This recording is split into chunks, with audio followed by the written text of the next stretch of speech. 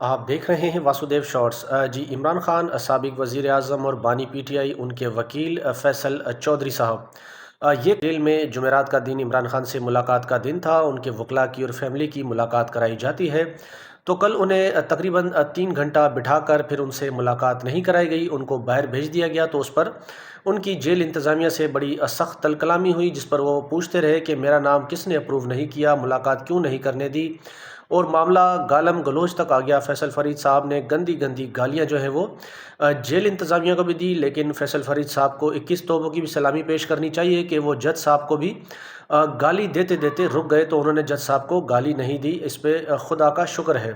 معاملہ یہ ہے کہ ان کی ملاقات تھی، وہ نہیں ہو پائی، تو پھر انہوں نے باہر میڈیا کے لوگوں سے آ کر بات کی۔ انہوں نے کہا کہ لگتا ہے مجھ سے کوئی ناراض ہے۔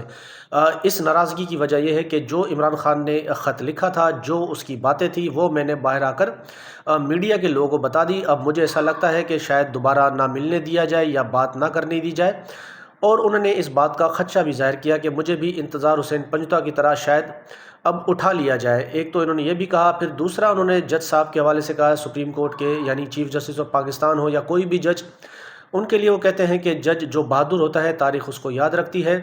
اگر آپ نے جج صرف اتنا بننا ہے کہ باہر تختی پر آپ کا نام لکھا ہو کہ فلاں یہ جج صاحب جو ہیں وہ جج ہیں، تو یاد رکھیں پھر قبروں کے اوپر بھی تختی لگی ہوتی ہے۔ ایسا کہنا تھا فیصل چودھری صاحب کا۔